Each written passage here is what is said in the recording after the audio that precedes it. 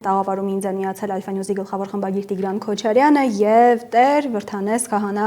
Բաղալյանը։ Օրհնեցեք Տեր հայր։ Շնորհակալ ենք, որ հարցազրույցի հրավերն ընդունել եք եւ այն իրավիճակում, երբ տեսնում ենք, որ կան քահանաներ, որոնք զեղչում են հանեն հայոց կաթողիկոսի անունը,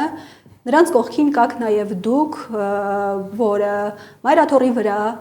գրոհի ժամանակ, եթե կարող եմ այսպես ձևակերպել, եթե նաեւ դուք դեմ չեք,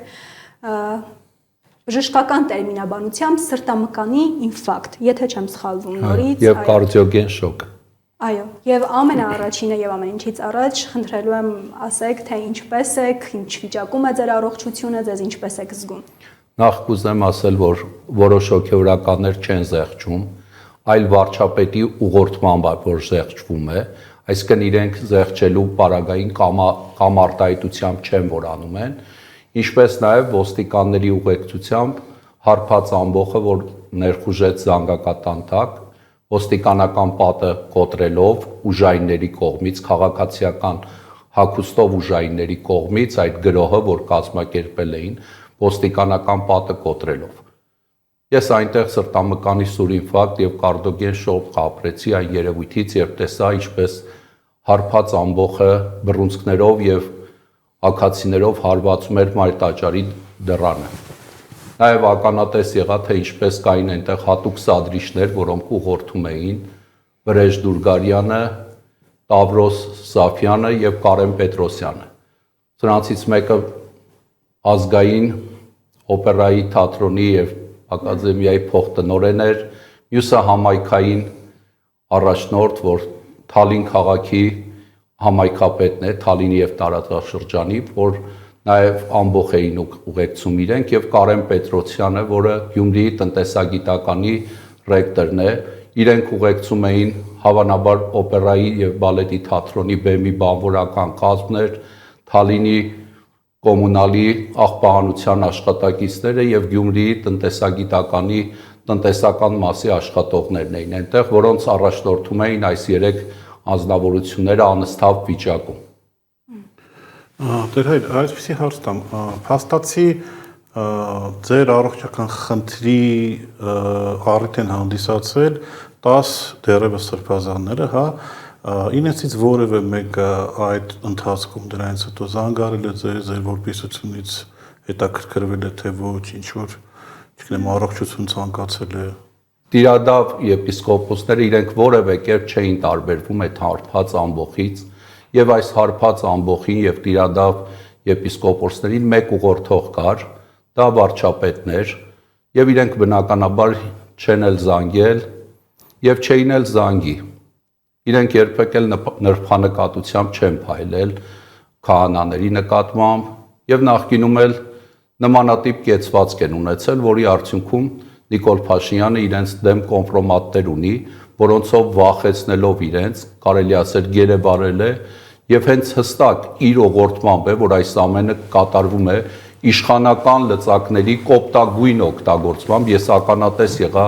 ինչպես քաղաքացիական հագուստով ուժայինները բռնություն կիրառեցին համազգեստով ոստիկանների նկատմամբ եւ ոչ թե դրանք այն շարքային խուժաններ, որ ներխուժեց զանգակատան տակ։ Այսինքն Արամայիս Թոխմազյանին եւ Ստեփան Ասատրյանին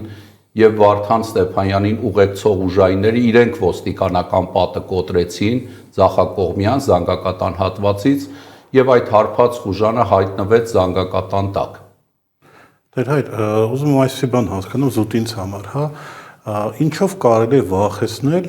եպիսկոպոսին ու արքեպիսկոպոսին նամանավանդ, եթե այդ մարդկանց առնվազն իրենք հայրաքելական եկեղեցում են եւ իրենք Աստծուն են ծառայում, հա, ինչով կարելի է վախեցնել Աստծուն ծառայող մարդուն, այսինքն իրենց չի հետաքրքրում երկնային կյանքում ինչ է լինելու, թե իրենք այդքան չեն հավատում Աստծուն, որ իրենք պատրաստ են շանտաժի ենթարկվել այստեղ եւ վախենան իրենց որպիսության, իրենց երկրային առողջության, իրենց երկրային կարողության։ Հավանաբար իրենք այս երկրի վրա ունեն որոշակի բաներ, սկսած վախերից մինչև նյութական բաներ, որոնք իրենց համար ավելի առաջնային են, քան Աստված, Մայրաթոր Սուրբ Էջմիածինը եւ Վեհափառ Հայրապետը։ իրենք իրենց ուխտը դրժել են ահաբեկված լինելով Նիկոլ Փաշինյանի կողմից, որը շանտաժի ահաբեկման է իրենց ենթարկում եւ հավանաբար նման բաներ ունեն, որոնց օգտագործում են իրենց դեմ եւ տեսնում ենք նաեւ հոգեվորականներ, չեմ ուզի իրենց անդրադառնալ, իրենք այսքան էլ արժանիք չունեն իրենց թեմայով անդրադառնալու, ես կուզեմ անդրադառնամ Միքայել arczepiskopos Աջապահյանին, որ 3 իր տարեդարձներ նաեւ բարեհաջող վիրահատվել է, կուզեմ անդրադառնալ Բագրատ arczepiskopos Գալստյանին, որ ապօրինի կալանքի մեջ է, ցավով կուզեմ արտահայտվել նաեւ Արագածոտնի թեմի մեր բարեխնամ սիրելի առաջնորդի հանգամանքին Մկրտիչ եպիսկոպոս Պռոշյանին, որի պակասը մենք թեմում շատ ենք զգում, այսօր նաեւ տնային կալանքում է թևի դիվանապետը, մեր շատ սիրելի Տեր Գարեգին Քահանա Արսենյանը, թեմի հաշվապահներ, գլխավոր հաշվապահը Նայրա Ալավերդյանն է այսօր տնային կալանքում, իմ հարգանքն ու խոնարհումը իրենց, եկեք այս տիրադավների կողքին իրենց տիրադավների նկատելուց առավել նկատենք այն հոգեվորականներին, որոնց համար Աստված, Մայրաթոր Սուրբ Էջմիածինը եւ Վեհափար Հայրապետը առաջնային են։ Մայրաթորի դիվանապետ Արշակ arczepiskopos Խաչատրյանին, որ նվիրյալ հոգեվորական է, որ կարող այս հոգեվորականները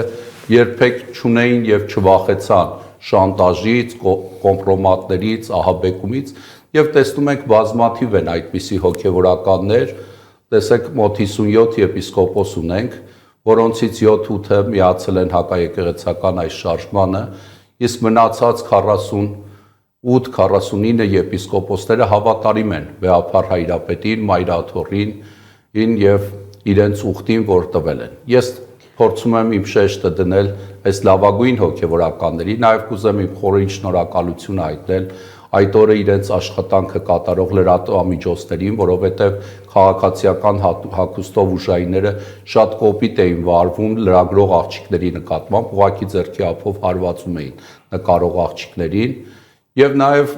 կուզեմ իմ երախտագիտությունը հայտնել համազգեստով ոստիկաններին։ Համազգեստով ոստիկանները փորձում էին ամեն ինչ անեն, որ կարգը պահեն, բայց այդ քաղաքացիական հագուստով ուժայինների նկատմամբ իրենք կաշկանդվածություն ունեին։ Այսինքն այն ոստիկանները, որոնք անմիջապես ուղղորդվում էին վարչապետ Նիկոլ Փաշինյանի կողմից, նաև բռնության ենթարկեցին նաև ոստիկանական համազգեստով ոստիկաններին։ Իմ խորին երախտագիտությունը կուզեմ այս բանին նաև արտահայտել այն բազմահազար մարդկանց, որոնք եկան եւ վահան հանդիսացան, որպեսզի այդ հարբած խուժանը չմտնի մարտաճար։ Տեր Վրդանես, մենք հյուր ունենք նաև Մոսկվայի մեր տաղավարում, միանանք Հայկին, խոսք փոխանցենք նրանց, այնուհետև կվերադառնանք եւ կշարունակենք։ Հայկ։ Ինչպես ասել եմ, մեր հյուրն է Ռուսաստանի եւ նույն Նախճեվանի թեմի պետական եւ հասարակական կազմակերպությունների հետ համագործակցության պատասխանատու Լևոն Մուկանյանը։ Ես հացազրույցը կվարեմ ռուսերեն Левони հետ։ Добрый день, Левон. Добрый день, Айк. Мы вот видели, смотрели с тобой сейчас и ролик про события, про начало вот этих давления, репрессий на армянскую церковь. И батюшка там только что рассказал вот про эти позорные события в Эчматине, когда при полном, по указанию армянских властей пытались захватить первопрестольный святой Эчмиadzин. Хочется узнать твое мнение об этих событиях, происходящих в Армении, о том давлении и репрессиях, которым подвергает армянскую апостольскую церковь и армянские власти. Мое мнение такое же, как и мнение подавляющего большинства армян, проживающих на территории России, как граждан Армении, так и граждан Российской Федерации. Это абсолютно неприемлемая ситуация, когда премьер-министр Никол Пашинян, который является руководителем страны, самым недопустимым образом попирает основы Конституции Республики Армения, попирает все мыслимые и немыслимые нормы этики, морали и позволяет себе оскорбительные слова в адрес руководства нашей Святой Армянской Апостольской Церкви, прихожанами которой мы являемся. И когда мы здесь заявляем о своем решительном протесте часто слышим из Армении, из пашиняновской среды, что вы, граждане России, живете в России, это не ваше дело. Я скажу, что это наше дело, потому что католикос всех армян – это не подчиненный в госструктурах премьер-министр, которого можно поменять, заменить, видоизменить. Католикос всех армян – это католикос всех армян. Он избирается Вселенским церковным собором, и все армяне, проживающие в разных странах, имеют прямое отношение к своему верховному патриарху, которого мы поддерживаем. И мы об этом говорили в наших общественных акциях, которые мы проводили и возле посольства Республики Армения, дабы донести до Пашиняна, который приезжал в Армению первый раз, второй раз, и там перед выборами в Эчмиадзине, через его посла, а посол Российской Федерации, Республики Армения Российской Федерации, это человек Пашиняна, донести нашу позицию, что все армянские общественные организации в России, вот я пока еще не слышал ни одной ситуации, чтобы какая-то общественная организация поддерживала бы деструктивные действия Николы Пашиняна. Все категорически выражают свой протест. Все требуют немедленно прекратить вот это позорное на весь мир ситуацию, оставить церковь в покое. Не его дело все, что связано с нашей церковью, это внутренние канонические вопросы, которые сама церковь способна решить. Армения не раз за свою историю меняла форму своей государственности, но церковь нас всегда вела и сохраняла. Левон, смотри, Россия многонациональная, многоконфессиональная страна, да? И я знаю, что ты по работе часто общаешься с представителями и других национальностей, других религий, и госструктуры, да, как твоя должность это обязывает по взаимодействию между государственными и общественными организациями. Вот интересно твое мнение, вот как об этой истории знают в России, я имею в виду не только армяне, и как на это реагируют, какая реакция других представителей других народов, других конфессий или государственных органов российских на все происходящее? Ну, я, к сожалению, должен констатировать, что исходя из тех событий, что творит власть, что творит Никола Пашинян и его правительство, можно сказать, что в России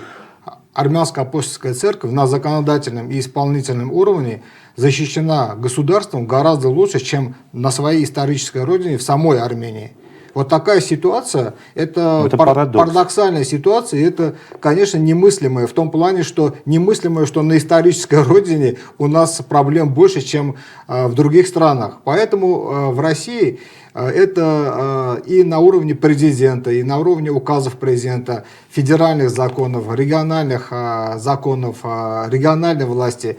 церковь защищена. Значит, что касается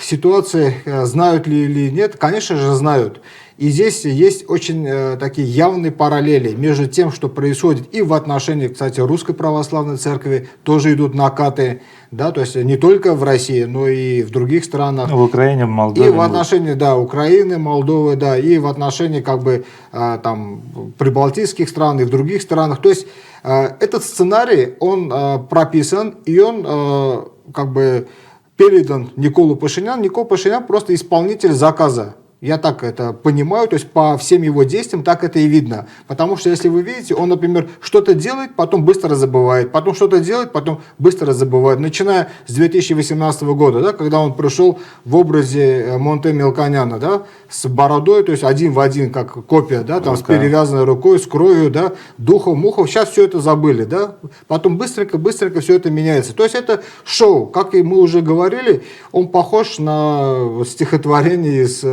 известного стиха Роберта Берроса «Шут на троне». Это большая беда для всего народа, когда шут на троне – это очень большая проблема. Поэтому здесь, конечно, в России знают об этой ситуации и с недопониманием относятся к тому, как к основам своей духовной ценности можно вот так относиться. Но я могу сказать так, что это политтехнология. То есть, например, вот если вы помните, первый раз Никола Пашинян пришел к власти на чем? На противодействие Сержу Саркисяну. Второй раз он переизбрался на противодействие Роберту Кочаряну. Третий раз сейчас технологи определили на противодействие с церковью. Соответственно,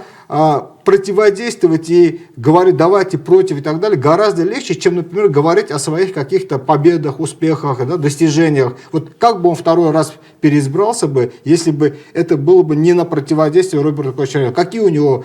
победы, достижения, какие успехи? Или сейчас какие? То есть он, вот вы даже видите в риторике, они не могут даже сказать, чем они могут похвастаться, что они сделали. Но они говорят, мы мир приносим. Все, что они обещали, вот они не исполняют, врут. Значит, когда Никол Пашинян приходил к власти, он говорил о свободе слова. Сейчас свобода слова в Армении попирается на государственном уровне. Он говорил о демократии. Никакой демократии, нет, полная автократия. Он говорил о правах человека. Какие права человека, если человек не имеет права заявить два слова в поддержку своей святыни, своей церкви, своего католикоса? Все, что он говорил, это все ровным счетом делает наоборот. Но у людей, понимаете, в таких, скажем, ситуациях, когда информационный поток, у людей память как у рыбки, так 7-минутная, раз и все. И Никол Пашинян хорошо понимает, что людям нужно шоу. Вот он это устраивает шоу и устраивает это по заказу своих заказчиков. Если вы посмотрите внимательно, его действия очень параллельно сопоставимы с действиями Алиева, Эрдогана, Запада и так далее. Но вся беда в том, что Армению готовят как антироссию по образу Украины, Молдавии. А это означает, что эту часть, это население готовят к войне. Об этом мы еще поговорим, но сейчас я хочу слово передать Ереван, но про армянскую общину и армяно-российские отношения мы еще поговорим в ходе интервью. Շարունակում ենք աշխատել ուղիղ եթերում եւ միանգամից տեսակապ ենք հաստատում Սփյուռքի հետ, որովհետեւ քանի դեռ նկատելի քաղաքականություն է վարվում, քանի դեռ պահանջներ են հնչում, որ հայերը պետք է կտրեն կապը Սփյուռքի հետ, Հայաստանում ապրող հայերը, պետք է չլսեն Սփյուռքին, որպեսզի հենց թուրքական ձևակերպմամբ հարստանան, մինչդեռ շատ տարօրինակ է, երբ Թուրքիայի նախագահը, Թուրքիայի նախարարները ճիշտ հակառակն են պնդում թուրքերի մասով, հայտարարելով, թե թուրքերը պետք է միանան թուրքական աշխարհ, պետք է ձևավորվի, որպեսզի թուրքերը հարստանան, ընդ որում թուրքական աշխարհը նաև Հայաստանի տարածքով, սրա մասին դեռ մանրամասն կխոսենք, մենք փորձում ենք դիմադրել նաև թուրքական այս քաղաքականությանը հենց լրատվական դաշտով Alpha News-ը վերածելով նույնիսկ կարող ենք ասել կամրջի Հայաստանի, Սփյուռքի, եկեղեցու միջև ամեն հայկականի միջև։ Հիմա ուղիղ կապ ենք հաստատում տեսակապ Սամվել Լուլուկյանի հետ, նա Գերմանահայոց կենտրոնական խորհրդի ներկայացուցիչն է, պարոն Լուլուկյան, շնորհակալ ենք, որ միացել եք, բարի գալուստ։ Եվ ինչպես դուք գիտեք, մենք տաղավարում հյուրընկալել ենք Տեր Վրդանեսին ու ես գիտեմ, որ դուք կուզեք շփվել եւ խնդրում եմ, եթերը ձերն է, ձեր հարցը ինչպես որ կուզեք։ Շնորհակալություն, բարի Տեր Հայր օրհնեցեք։ Առաջին ցանկանայի ցես առողջություն մաղթել, համբերություն ուժ, մենք հետևում ենք ինչ է տեղի ունենում եւ հատկապես ձեր անձի նկատմամբ ձեր անցնորած այդ պայքարը եւ այդ առումով ընդունեք մեր մաղթանքները եւ քաջ առողջություն ենք մաղթում ձեզ առաջի հերթին։ Ձեր բարի աղոթքները եւ Աստծո մեծ ողորմածությունը հրաշքներ է գործում։ Անկեղծ ասեմ, ինձ վիրահատեց մի բժիշկ, որը պիտի տեղում չլներ, արդեն 1 ժամ առաջ տուն գնացած պիտի լիներ։ Ինձ այնտեղ տարբեր իրավիճակներում կարելի ասել ինձ սուր ինֆարկտ կարդիոգեն շոկով չի կարելի երրորդ հարկից վերև բարձրանալ, բայց ես հիմա 9-րդ հարկի ստուդիայում եմ նստած եւ ինձ զգում եմ շատ հրաշալի։ Այնպես որ անչափ շնորհակալ եմ ձեր բարի լավ աղոթքների համար։ Իհարկե սա արդեն ողբերգություն է, որ մենք տեսնում ենք ինչ է տեղի ունենում Հայաստանում, մենք հետևում ենք այդ իրադարձությունների եւ սա ազգային հայտարարություն է կարելի ասել, որ ինչ տեղի ունենում հատկապես ինչ որ տեղի ունեցավ Մայրոտ Աթոռում, դուք արդեն մանրամասն ներկայացրեցիք այդ ամբողջ իրավիճակը եւ սա որ այդ մարտիկ որտեղ գտնվում են, այդտեղ գտնվում են, որ հավատիչներապես կապ չունեն, դա քաղաքական ակցիա է, քաղաքական միջոցառման եւ կարելի ասել այսպես կուսակցական կազմակերպված կարգապատ ձևով մասնակցում են, դա ինչպես նշեցիք թե Թալինի քաղաքապետն էր, թե տարբեր այնտեղ Ղարաշապատի կարծեմ մարզպետներ եւ այդպես կազմակերպված իրանք ներկա են գտնում ոչ թե հավատի հետ կապված, ոչ թե մեր հայ առաքելական եկեղեցու կողքին, այլ իրենք կատարում են այդ առաջադրանքը, որ կուսակցական առաջադրանքը իջեցվել է իրենց եւ իրանք իրականացնում են։ Պարզ ակնհայտ ստեղ կարող եմ շեշտել երեք Տավուշի մարզպետի հայտարարությունը, որ պետք է նշեմ շատ անկեղծ ասես, որ լրագրողի հարցին թե անցյալ Կիրակի դուք պատարագի մասնակցել եք, ասեց անցյալ Կիրակի ինչ էր, Փաշինյանը ստեղ չէր։ Եթե Փաշինյանը վարչապետը ստեղ չէր, պատարագի չէր, ես չեմ մասնակցել։ Այսինքն իրենք մասնակցում են այն ժամանակ, երբ որ վարչապետն է մասնակցում, որպես քաղաքական այդպիսի շոուի բեմականացում եւ տեսնում ենք նույն դեմքերը, որոնք այդպես շրջիկ այդպիսի կրկեսի նման շրջիկ լինում են տարբեր քաղաքներից, տարբեր այդպես կեղծ fake պատարակներին մասնակցել, դա շատ ցավալի է իհարկե, բայց պետք է նշեմ այսօր կարևոր հայտարարությունն է կատարել Լեմկինի ցեղասպանության կանխարգելման ինստիտուտը, որը խիստ դատապարտել է այս Հայաստանի Հանրապետությունում հայ առաքելական եկեղեցու նկատմամբ այս պետական բռնաճնշումները, նաև մեր սրբազանների հոգևորականների նկատմամբ, նաև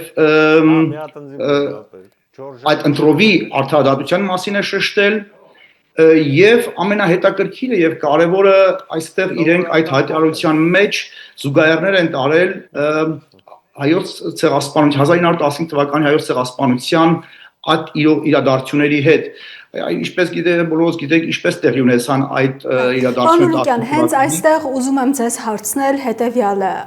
Հայաստանում ընթացող գործընթացներ բայց որ առավել կարևոր է Սփյուռքի մասով շատ հստակ է պետական մակարդակով Թուրքիայից հնչած ուղերձները շատ հստակ են բայց Հայաստանում փորձում են այսպես ասենք թույլ չտալ որ նկատելի լինի նաև այն որ եկեղեցու դեմ գործողություններում է թուրք ադրբեջանական այսպես ասենք մատախառը կամ այս պատմության հետևից երևում են Էրդողանի եւ Ալիևի ականջները դուք նկատում եք սա դուք տեսնում եք սա եւ Տեր Վրդանես հետո նաեւ սրա մասին ձեզ կուզեի հարցնել Սիրո Իհարկե ես բազմից եմ եւ տարբեր հարցազրույցներում դրա մասին խոսել եմ Թուրքիայի դերակատարությունը եւ հատկապես Էրդողանի նայեք տարիներ առաջ Էրդողանը հայտարարեց, որ Թուրքիայի համար մեկ թշնամի դա Սփյուռքն է հայ առաքելական եկեղեցին է եւ իրենք են տեսնում այստեղ մեծ վտանգ Թուրքիայի եւ ինչպես դուք նշեցիք, այո, այդ թուրք-ադրբեջանական տանդեմն է այստեղ նաեւ Ադրբեջանի կողմից այդ հայտարարությունները, հատկապես Փաշիզադեի դրա մասին բազմիցս ասել եմ եւ իհարկե սա Պարզ է, որ ստեղ նախապայման կա, ստեղ պատվեր իջեցված, ստեղ որպիսի, տեսնում եք, նայեք, մնացել է մի ինստիտուտ, այսպիսի մեր ինքնության կարևոր ինստիտուտը, որը խանգարում է իրենց այս ծրագրերին, թուրք-ադրբեջանական տանդեմին, պանթուրքիզմին նաև, եւ իրենք տեսնում են այս խոչընդոտը եւ այս Հայաստանում տեղի ունեցող այս քաղաքական արշավը հայ առաքելական եկեղեցու մեջ տեղավորվում է ամբողջ կոնտեքստի մեջ, իհարկե Գիտեք, Սփյուռքը միշտ կանգնած Հայաստանի կողքին, Սփյուռքը միշտ աջակցել է եւ կանգնած հայ առաքելական եկեղեցու կողքը, որովհետեւ դա մի ամրոց է, որը մենք պետք է լրանման կանգնած է եւ մենք պետք է միշտ պաշտպանենք եւ հայ առաքելական եկեղեցին պատմության մեջ շատ դժվարություններ է տեսել եւ հաղթարել է եւ ասա էլ կհաղթարենք մենք, ես համոզված եմ։ Վստահաբար եւ Տեր Վրդանես Նման իրավիճակը հստակ ուղղորդված է արտաքին հակահայ ուժերից որովհետև տեսնում ենք Նիկոլ Փաշինյանը խոսում էր հոգևորականների բարեվարկության մասին եւ հետո իր թիրախում հայտնվեցին ամենաանբարևարկ հոգևորականները եւ իրենց վրա քրեական հոդվածներ կարվեցին նաեւ հիմնավոր կերպով հավանաբար ոմանց նկատմամբ բայց երբ որ այս խմբակը միացավ Նիկոլ Փաշինյանի հակաեկեղեցական հակահայ այս պարքարին Մեկ էլ տեսանք իրենց բոլոր հայցերը ջրվեցին, հետ քաշվեցին եւ տեսնում ենք այդ հարբած խուժանին ուղղորդմամբ առաջնորդող այս տիրադավ ուխտադրիչների խումբը իջնում է ամեն անգամ ավելի ցածր կրթամակարդակի։ Վերջում Գառնիում տեսանք, որ Նիկոլն ու իր կողմից ուղղորդվող խումբը իջավ Գառնեցի խուլիգան ջնդոյի էդոյի մակարդակի։ Տեր Վրդանես, ինչու է պետք արտաքին ուժերին թիրախավորել հայկական եկեղեցին։ Որն է խնդիրը։ Եկեղեցին ինքը պահանջատեր է։ Մենք Արցախում ունենք սրբավայրեր, եկեղեցիներ, վանքեր, գերեզմաններ, իրավունքների լուրջ խնդիր կա։ Այսօր Արցախի ռազմաքաղաքական ղեկավարությունը Բաքվի բանտերում է եւ մենք հանգիստ չենք։ Մենք անհանգիստ ենք իրենց ճակատագրով, գիտենք իրենց հետ շատ վատ են վարվում։ Արցախահայերի վերադարձի իրավունքը կա իրենց պատմական հայրենիք եւ մենք վատ ենք զգում նաեւ այն իրավիճակից, որ Նիկոլ Փաշինյանը երբ որ եկեղեցականների նկատմամբ ատելությամբ լեցունց առամարանքով հայացք ունի, տեսնում ես ժպիտը դեմքին, ոտաբոբիկ Ստամբուլի մզկիթում խոնարհվում է թուրքական իմամներին եւ մոլաներին։ Եվ տեսնում ենք ինչպես Բաքվի բռնապետի եւ Փաշազադեի ամեն հայտարարությունից հետո այստեղ հակաեկեղեցական նոր ալիք է բարձրանում։ Նախ Նիկոլ Փաշինյանի որևէ մեկը ընտրության ժամանակ 21 թվականի քվե չի տվել եկեղեցու գործերին միջամտելու։ Դրա իրավասությունը ինքը չունի։ Եկեղեցին սահմանադրությամբ առանձին է պետությունից եւ ինքը սահմանադրությունը խախտելով է անում։ Իսկ եթե ինքը դրսի արտաքին հակահայ ուժերից կաշկանդված չլինի, ապա սահմանադրությունը չի ոտնահարի եւ տեսնում ենք նաեւ միջազգային հանրության մի մասի ոչ արդար վերաբերմունքը նման դեպքերին, երկակի ստանդարտները եւ Նիկոլ Փաշինյանի կողմից բոլոր տեսակի անօրենությունները եկեղեցու կողմից իրենց կողմից կանաչ լույսով են դիմավորվում։ Նաեւ մենք Սփյուռքում խնդիր ունենք ցեղասպանության երթ կազմակերպելու, Վարդանանց տոնը տոնելու, այսինքն այս մտածելակերպը, որ թուրք-ադրբեջանական տանդեմին ամեն կերպ գոհացնելու իմ համար անձամբ վիրավորական է, որ իմ երկրի վարչապետը կարող է գնալ Իլհամ Ալիևին խնդրել, որ գնա սուրճ խմեն, նայել առամարանքով ասի դու գնա, ես հետո կմոտենամ։ Պնդում է, թե այդպես խաղաղություն է բերում, իրական Հայաստան է հաստատում, դուք չեք Նիկոլ տեսնում այդ Փաշինյանը օր-օրի ավելի մոտեցնում է պատերազմը, անհարմար դիրքերով, հակառակորդին տալով բարձր դիրքեր եւ ավելի վատ հետևանքներով պատերազմը ամեն օր մոտեցնում է մեզ եւ մենք մի օր պիտի ավելի անհարմար դիրքերից պատերազմ ունենանք։ Նիկոլ Փաշինյանի զիջումները երբեք ավարտ չունեն։ Մենք տեսնում ենք, որ Ադրբեջանին ինքը միակողմանի զիջումների է գնում եւ անօրեն զիջումների։ Նիկոլ Փաշինյանին սահմանային մեկ գյուղը, մեկ բլուրը, մեր հայրենիքի մեկ հատվածը որևէ արժեք չէ եւ տեսնում ենք նաեւ Ադրբեջանը այս ընթացքում ինչպես Ջրականի, Բերձորի, տարբեր վայրերում հայկական եկեղեցիներ է քանդում, վերջում տեսանք նաեւ Քաշաթաղի շրջանում պարսկական մզկիթ էին ադրբեջանցի վանդալները ավիրել, այնտեղ հայկական գերեզմաններ են ավիրվում, գյուղեր ու քաղաքներ, սկսած Արցախի կառավարության շենքից մնացած կառույցներ եւ Նիկոլ Փաշինյանը որևէ ձայն չի անում։ Նիկոլ Փաշինյանը ինքը ասում էր պիտի խաղաղության այս բանը պայմանագիրը բավարարի Ադրբեջանի ժողովրդին, Հայաստանի եւ Արցախի ժողովրդին։ Այսօր տեսնում ենք Նիկոլ Փաշինյանը միայն անում են ինչ անում է, որպեսզի բավարարի ադրբեջանական հասարակության պահանջները եւ այդ պահանջները սահման չունեն։ Եվ պարոն Դուլուկյան, նաև ձեզ պետք է հարցնեմ, Նիկոլ Փաշինյանը պնդում է, թե խաղաղություն է հաստատել։ Հավատում եք, եթե ոչ ինչու։ Գիտեք, երբ որ խաղաղություն են հաստատում, գերիները վերադառնում են հայրենիք։ Սա այսինքն խաղաղություն չէ, սա զիջումների քաղաքականությունը եւ Ադրբեջանի ամբողջ պահանջները նախապայմանը իրականացում են դա ակնհայտորեն,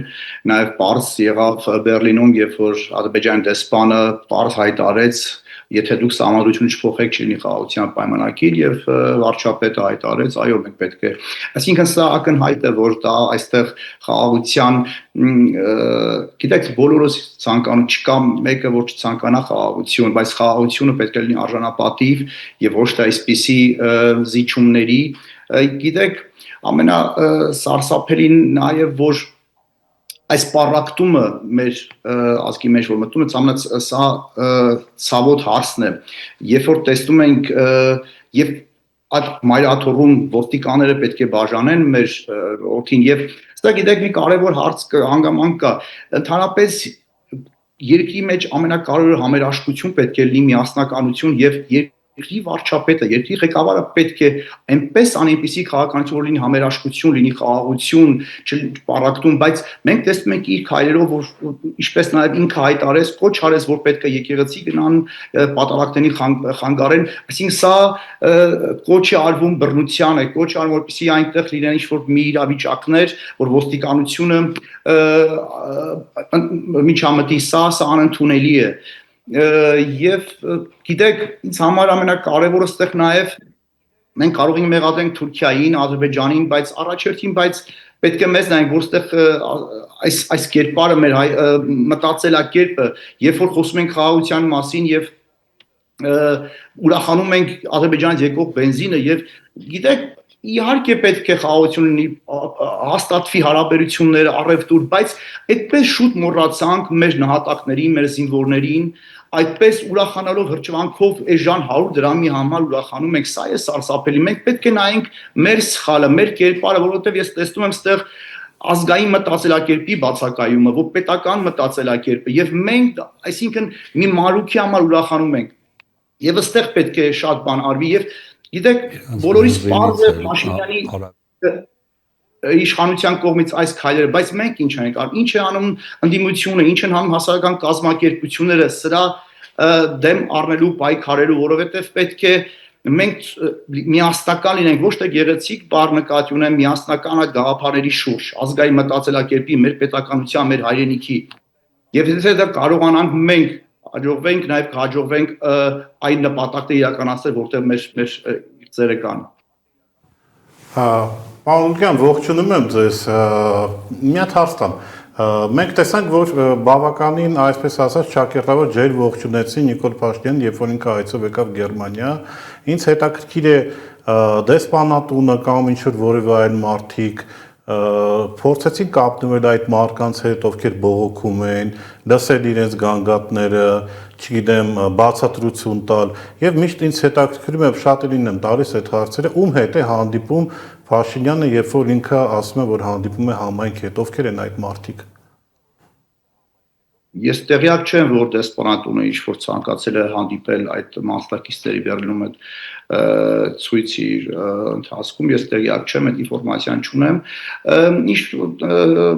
տեղի ունեմ Փաշինյանի հանդիպում համայնքի հետ, դա ընտրովի է կատարում։ Ես մասնակցել եմ երկու հանդիպումների, դա եղել է 23 եւ 24 թվականին Բեռլինում եւ Մյունխենում, այնտեղ մենք հրավեր ենք ստացել, բայց հիմա հրավեր չենք ստացել, մենք դեսպանատան կողմից հրավեր չենք ստացել եւ հիմա իշքամի տեղակ եմ ընտրովի, այսինքն իրանք հրավիրում են այն մարդկանց, որոնք այս քաղաքականությունը ողջունում են եւ դա այդպիսի բեմականացում է ներկայացվում։ Սա է իրական իրավիճակը։ Պարոն Դուլուկյան, շնորհակալ ենք մեզ միանալու համար։ Հիմա եթերը փոխանցում ենք նորից Հայկ Խալաթյանին, Մոսկվայի մեր խմբագրության, այնտեղ սպասում են շարունակելու։ Ես ուզում եմ շարունակել այն թեման, որ դուք բացեցիք համայնք եւ Հայաստանի իշխանությունների հարաբերություններ։ Левон, вы только что обсуждали отношения диаспоры, на примере Германии визита и армянских властей. Вот не секрет, что во многих общинах, да, когда Пашинян приезжает акции правительства, но не секрет, что в случае с армянской общиной России есть и другой нюанс. Мы видим, что всех, кого армянская власть преследует, они обвиняют в связях с Россией, что это чуть ли не агенты там, КГБ, ФСБ. Это все попытка российского влияния. Мы видели даже в Европе помощь просили. Как вообще на это смотрят? Вот твое мнение. Мое мнение такое, что все, кто здраво рассуждают в отношении судьбы Армении и армянского народа, вот, те, кто видят то, что происходит, вот это беззаконие и безобразие, все они, конечно же, обвиняются в связях с российскими структурами, Вот. Но, например, лично для меня, как гражданина России, большая честь быть гражданином России. Россия дает все возможности развивать армянскую культуру, армянскую церковь. Могу сказать, вот я недавно приводил пример, что с 2001 года, когда архиепископ Езрас возглавил епархию, он принял епархию с 8 действующими церквями. Было их всего 8. А на данный момент уже 110 действующих церквей армянских по всей России, 80 в канонической территории Российской и Новонахичеванской епархии и 30 в канонической территории епархии Юга России. Недавно, в октябре 2025 года, Россия передала армянской церкви, вернула более 4000 квадратных метров здания в Ростове, Новонахичеване, которые большевики изъяли у армянской церкви. Да? Все это видно, как российская власть относится не только к армянской церкви, и к другим религиям, и другим конфессиям в том числе. Поэтому в хорошем смысле слова брать с этого пример, конечно, бы хотелось, чтобы Пашинян брал с этого пример, но у него другие задачи, перед ним стоят другие задачи.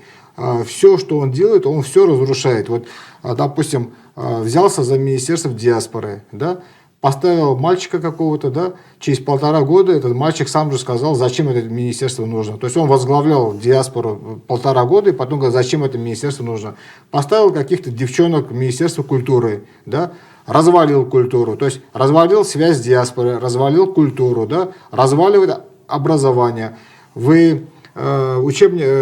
образовательном процессе выводят уроки о церкви нашей, да? Правильно? Правильно. А, допустим, вот в гимназии имени Святого Нарекацы при епархии российское государство платит преподавателю за то, чтобы он преподавал уроки армянской культуры, армянской церкви. То есть, понимаете, вот все познается в сравнении. Поэтому, как в Евангелии говорится, по делам их вы узнаете их. Вот какие дела у Пашиняна? Все разрушение. А какие дела у церкви? Все созидание. И тут, как говорится, вот, каждый из нас должен понять, как Иисус говорил, если главой нашей Святой Армянской Апостольской Церкви является Иисус Христос, Он говорил, кто не со мной, тот против меня. Это означает, что промежуточного нейтрального положения нет, невозможно просто отсидеться, отмолчаться. Ты, если молчишь, если нейтральное положение, значит, ты автоматически за тьму. И еще такой вопрос.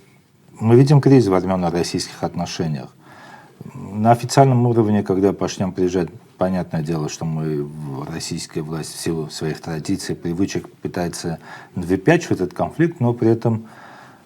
по итогам визитов, судя по тому, как эксперты, госканалы, российские комитеты, мы видим, что и даже армянская власть прямо об этом говорит, все-таки кризис есть. Вот как в общине на это смотрит, и есть ли какая-то обеспокоенность вот этим нынешним ходом развития армяно-российских отношений? Конечно, мы понимаем, что в дипломатии бывает так, взаимные обмены любезностями, а дальше ничего нет. То есть дальше ничего не происходит, что могло бы быть. Да? Вот, допустим, на примере Белоруссии. Да? То есть Россия дала ядерный зонтик Белоруссии. Также могло бы быть и с Арменией. Да? Но у Армении другая позиция. Поэтому, если главнокомандующий армии говорит, что сдача Арцаха – это наша победа, значит, он берет на себя всю ответственность за тех погибших, за тех раненых, за те потери, которые каждый понес, потому что это было абсолютно бессмысленно, вот с его точки зрения, потому что он изначально был шпионом, он изначально, ну, это мое личное мнение, я говорю, да, я не выражаю позицию там, канала или позицию чего, потому что так получается, знаете, как вот по признакам ты видишь, что человек делает. Вот что человек делает? Вот сейчас границы суверенной республики Армения нарушены. Да? Стоят там азербайджанские власти. Да? Вместо того, чтобы наши войска, службы национальной безопасности, полиция занимались этими вопросами, они занимаются штурмом церквей, арестом священников. Это вообще нормальное понимание это входит в то время, когда у тебя враг орудует у тебя во дворе. А ты как в Евангелии говорится, как будто на разбойников пришли с ружьями и колями, там, с копьями и вилами, там, не знаю, спецназ вот этот, который мы видим. Я вообще хотел тоже всегда задуматься о том, вот, те люди, которые исполняют вообще эти приказы, они преступные сами по себе, потому что они противоречат Конституции. Вот те люди, которые исполняют, потом они, пройдет там 5-10 лет, что будут говорить своим детям, да? То есть они же будут понимать, что они делали неправильные вещи, то есть разрушали то, на чем жизнится наша национальная идентичность. Церковь сохраняла только это. Что касается, допустим, вот когда Пашинян приезжает, вот здесь у нас некоторые товарищи встречаются, да? Конечно же, вот, допустим, недавно встреча была в Петербурге, несмотря на то, что там некоторые уважаемые члены общины выразили свою позицию несогласия и удалились со встречи, все равно по итогу, если посмотреть на сайте премьера, состоялась встреча, все было хорошо, все отлично и так далее. Поэтому, когда мы должны понимать, когда вы приходите на эти встречи, вы уже поддерживаете Пашиняна. Когда вы приходите в посольство на фуршет, банкет, не знаю, там чай, кофе пить, вы уже поддерживаете. Спасибо. Շնորհակալ ենք Հայկ հարցազրույցի համար, շարունակում ենք եւ Տիգրան։ Դեր այդ ասպիսի կարծիք կա, որ Փաշինյանը եկեղեցու հետ պայքարում կոնկրետ սպառվել է արդեն, հա, այսինքն բոլոր հնարավոր մեթոդները, որոնք հնարավոր էր կիրառել եկեղեցու հանդեպ, ինքը արդեն կիրառել է վախ, շանտաժ, որոշակի հոգևորականներին, չգիտեմ, գումարային երևույթներ առաջարկներ են, որոշակի քրեական գործերով վախեցրել է ժողովուրդը անընդհատ ավելի քչանում եւ քչանում է սեփական նախարարները պատգամավորներն են խուսափում գնալ արդեն այդ կեղծ պատարակներին եւ այլն։ Ըստ ձեզ այդ կարծիքը իրանք ունի գոյություն ունենալ, եթե այո, բացատրեք ինչու, եթե ոչ, կրկին ասեք, էլ ինչի կարող է ինքը դիմել։ Նիկոլ Փաշինյանի կողքին այս պահին մնացել են 4-րդ կարգի անասնակերտ ծորեն ուտողները եւ 50 դրամով թանկացրածից իժանացված, բայց մինչեւ 2018 թվականը վաճառվող բենզինից այսպես ասեմ 50 դրամով ավելի թանկ բենզինով վառելիք օգտագործողները Նիկոլ Փաշինյանը այս հակաեկեղեցական պայքարում իջել է ամենացածր նիշին ջնդոյի էդոյի նիշին է իջել եւ չգիտենք Նիկոլ Փաշինյանը դեռևս ինչքան իջնելու կարողություն ունի բայց այս պայքարը որևէ կերպով հաջողության չի հասնի եկեղեցին ինքը հոգեվոր կառույց է եւ պետք չէ որ այն ուժայինները որ հարկեր են ստանում նաեւ եկեղեցականներից հավատացյալների տված հարկերով Նիկոլ Փաշինյանի վարկանիշը, այսպես ասեմ, տիրադավների իրեն միանալուց հետո կտրուկ իջավ, որովհետև այդ տիրադավ եպիսկոպոսներն էին, որ եկեղեցուն ինչ որ առումով խոցելի էին դարձնում, բայց այս տիրադավների ինքնամաքրելուց եկեղեցին, դրանից հետո տեսնում ենք եկեղեցու հեղինակությունը օր-օրի բարձրանում է, եւ Նիկոլ Փաշինյանը ինչքան ռեպրեսիաներ օգտագործի եկեղեցու դեմ, այնքան իրավիճակը վատ կլինի եւ եթե Էրդողանը, Ալիևը, Փաշազադեն մի օր սա չգիտակցեն, կկորցնեն իրենց ներկայացուցիչին Հայաստանում։ Եվ վերջին հարցն եմ տալու, եկեղեցուց մինչև անվտանգություն շատ սահուն է ստացվում անցումը եւ քանի դեռ պարոն Լուլուկյանը խոսում էր, պատասխանելով, շարունակելով պատասխանել իմ հարցին, ձեզ ուղղված թե խաղաղության հաստատվելու մասին է պնդում Փաշինյանը, ինչու չեք հավատում, այդ ամենը անում է խաղաղության համար։ Դուք կադրից դուրս, այսպես ասենք, նշեցիք, որ խաղաղությունը հնարավոր է միայն բալանսով։ Այո, ռազմական բալանսի հավասարությամբ կարող է խաղաղություն լինել։ Խաղաղություն կարող է լինել, երբ որ Հայաստանի ինքնաիշխան տարածքից ադրբեջանական զորքը դուրս գա, գերիները վերադարձվեն, Արցախահայերը իրավունք ունենան իրենց հայրենիք գնալու ազատ կերպով, առանց խոչընդոտ։ Եվ այս միջանցքը, որ Նիկոլ Փաշինյանը ուզում է տալ, թուրքական միջանցքը, թուրք կամ թուրք-ադրբեջանական միջանցքը, որը ինքը չի պատկերացնում, կամ եթե պատկերացնում է ավելի վատ իր համար, դիմաց այս միջանցքի պիտի լիներ Արցախ-Հայաստան միջանցքը, որը չկա, այսինքն Փաշինյանը շարունակում է միակողմանի զիջումներ անել եւ օր-օրի մոտեցնում է պատերազմը, բայց դա անվանում է խաղաղություն խաբեությամբ։ Տեր հայր, շնորհակալ ենք գրեթե 1 ժամ մեզ հետ ուղիղ եթերում լինելու, բոլոր հարցերին պատասխանելու համար։ Խնդրեմ։ Ես էլ շատ ուրախ եմ հրավերի համար, Աստված օրհնի ձեզ եւ հաջողի ձեր բոլոր աստվածահաճո եւ հայրենաշեն գործերը։